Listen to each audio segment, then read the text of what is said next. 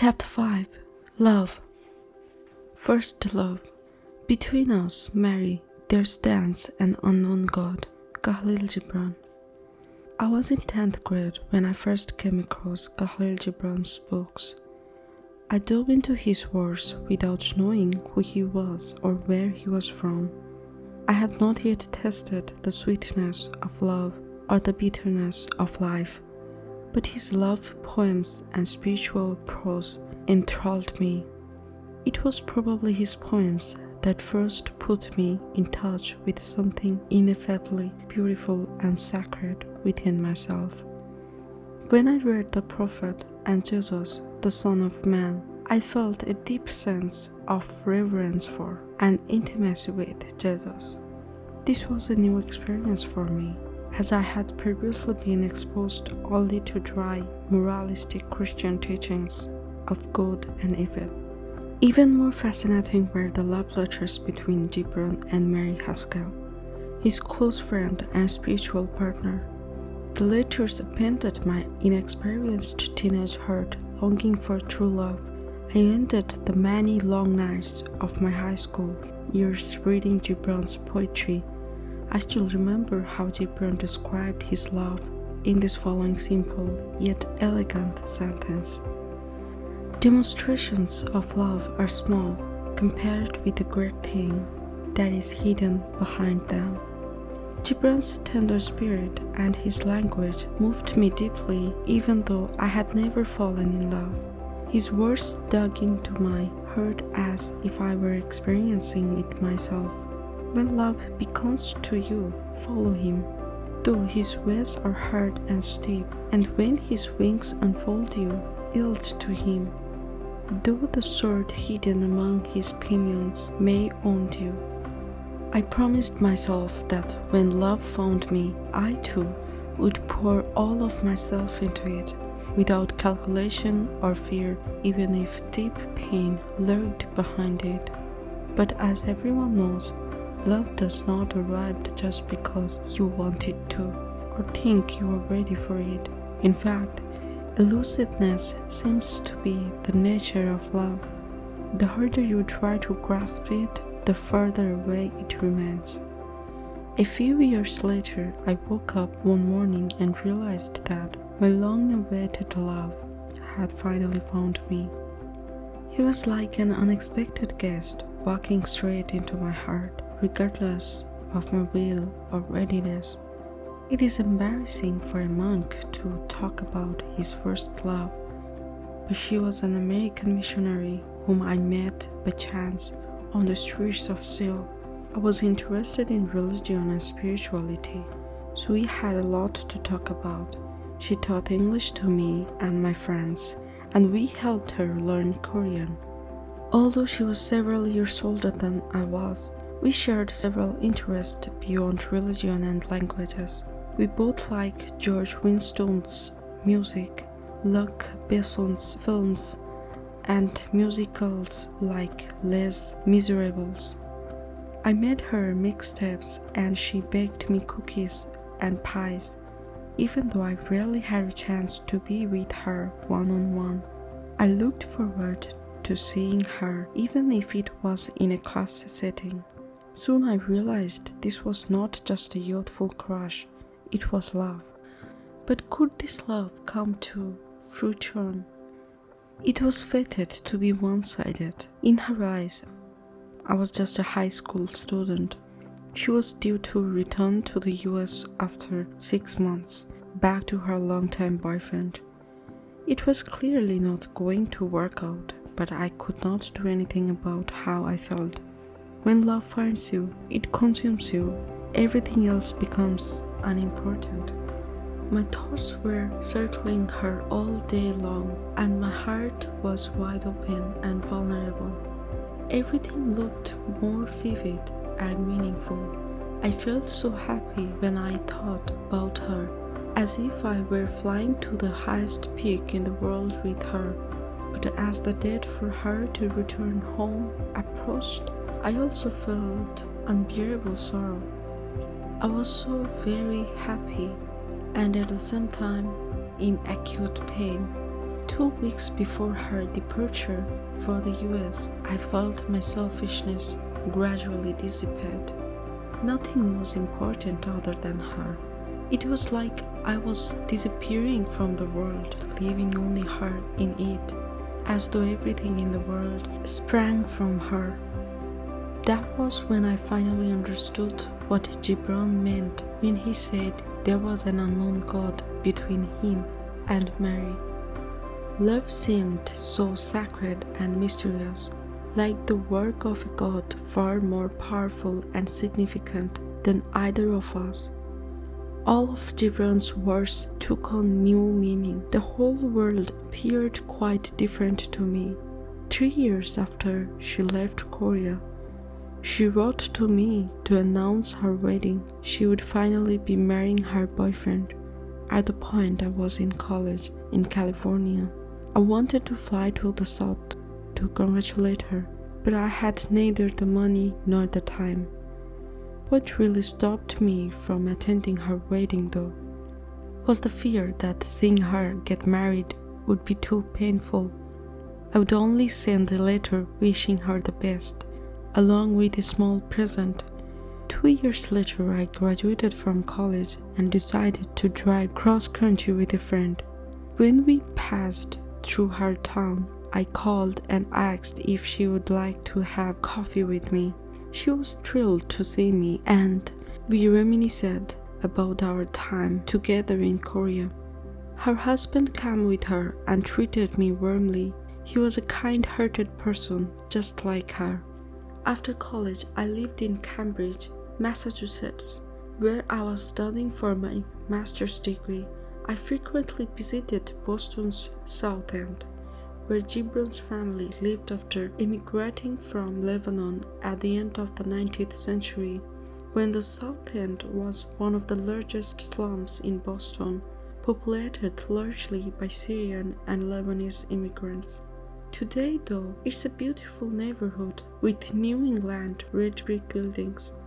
Gibran grew up there, living with his mother and siblings and learning English at school. He enrolled in art school and blossomed into a talented artist. In 1904, he had his first exhibition, and Mary Haskell, who was 10 years older, was taken with his artistry. She became his patron for the rest of his life. Gibran sent her letters filled with insights about love and life, and those letters, having nestled deep in my teenage heart, remain with me even today. And when he speaks to you, believe in him, though his voice may shatter your dreams as the north wind lays waste the garden. For even as love crowns you, so shall he crucify you. Haskell eventually left Boston and moved to the south. 3 years later, she wrote to Gibran to inform him that she was to be married. Just as my first love announced to me 2 years after her move to the south. Having this in common with Gibran made me feel closer to him, and writings felt even more special to me. Today, when I think about my first love, I no longer feel sorrow. At the time, though, my heart ached. Those feelings are long gone, replaced with a deep gratitude.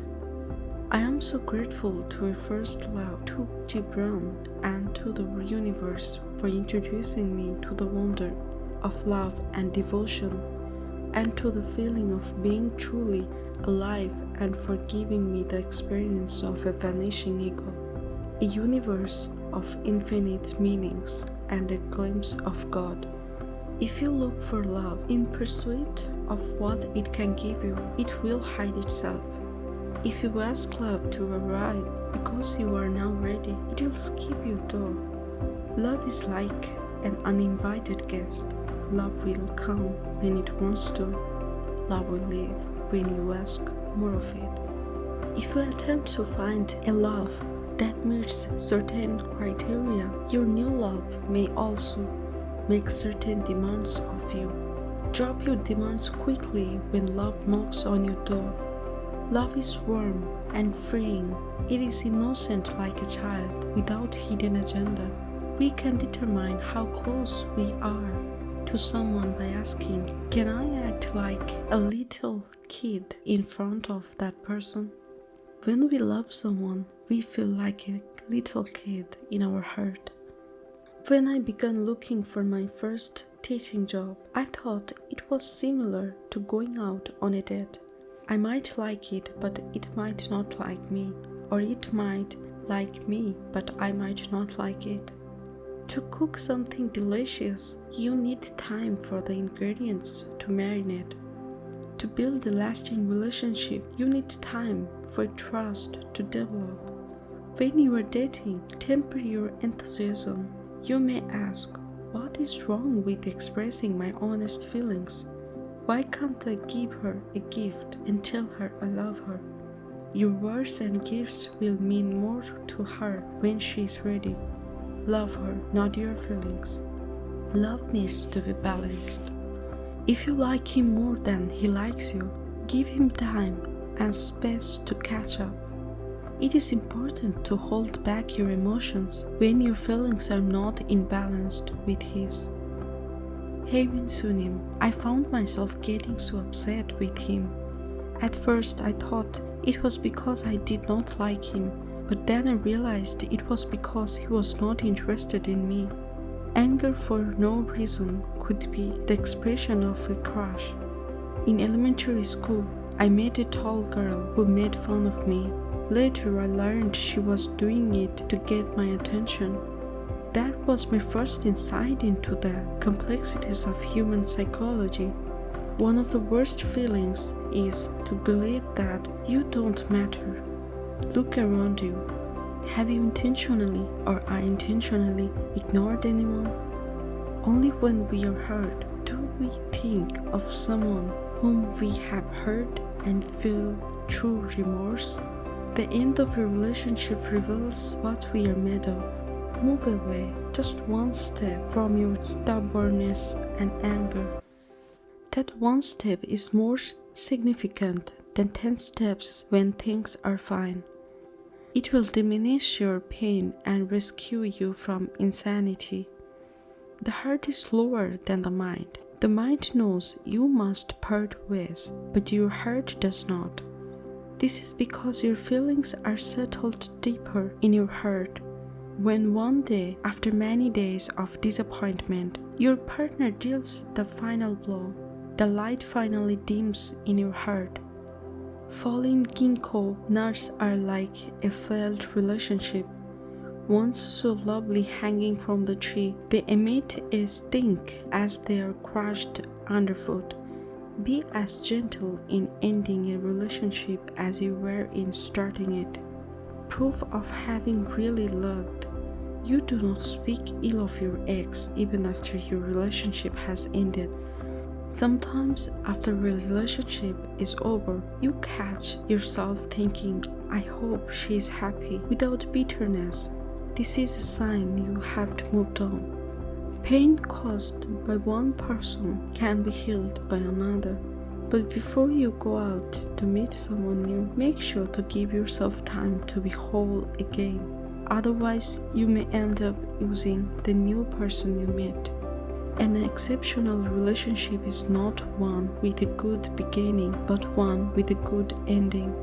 Relationships often begin accidentally, but when it comes to ending them, we usually have choices.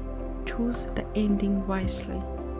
I love your ordinariness. After my thermodoc, you approached me shyly with a warm bottle of soy milk in your hands and said tenderly, Sunim, I'm sorry I can only afford to offer you this. After handing me the bottle and a note, you disappeared into the crowd. When I read your note, I was deeply touched. Thank you from the bottom of my heart for listening to me and offering your advice to such an unremarkable, ordinary person like me. With the warmth of the bottle still lingering in my hands, I regretted that I missed the opportunity to speak with you further. Since we may not meet again, I decided to write to you here, hoping this message might somehow reach you. I want you to know that I love your ordinariness because I too am ordinary. The truth is, we are all ordinary. No matter how famous or beautiful one is, no matter how much money or power one has, no matter how many wonderful accomplishments one has had, we all have our share of setbacks, heartbreak, and loss. We have to face challenges we have no control over. Loneliness and the fear of death will accompany us to our final days. Everyone is on the same treacherous journey of life's tainted glory. So I love you. You who shyly stood before me, murmuring softly that you are ordinary, offering the warm bottle of your heart. Our lives would pass us by in the blink of an eye. Love has the power to stop the world for a moment. Love makes the world look beautiful. When there is love, there is beauty.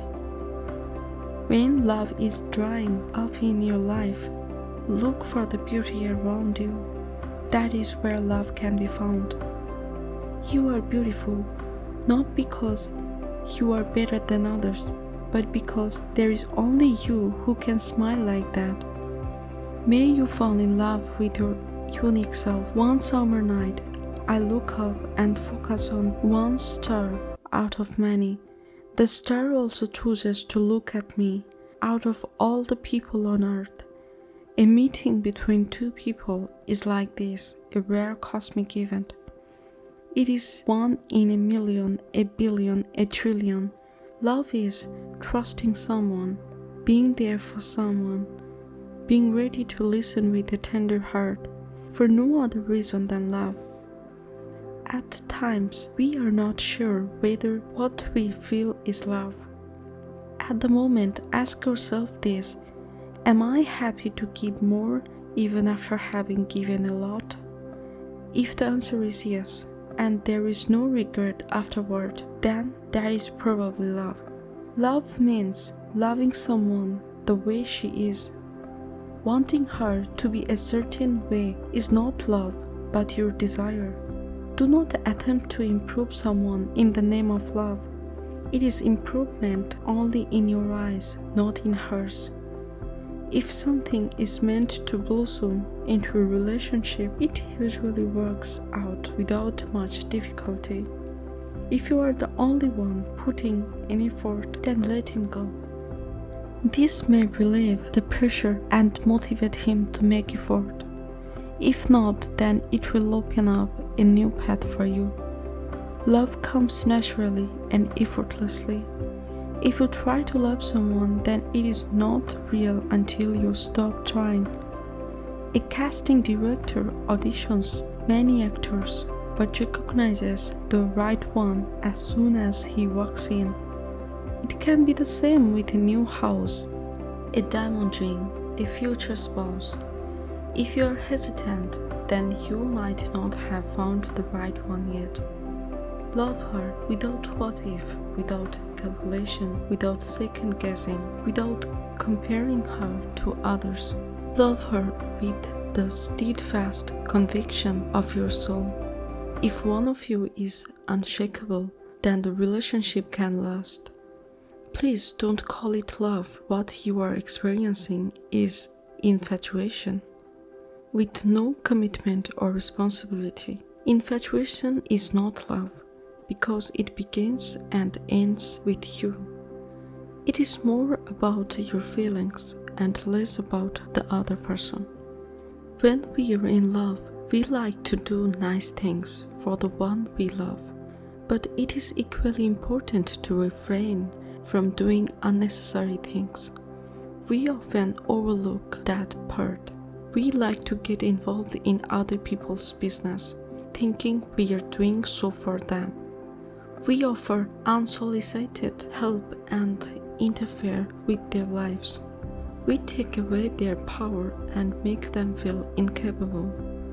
This stems from our desire for control and recognition. It has little to do with love. We should love people like the sun loves the earth. The sun loves the earth without choosing to.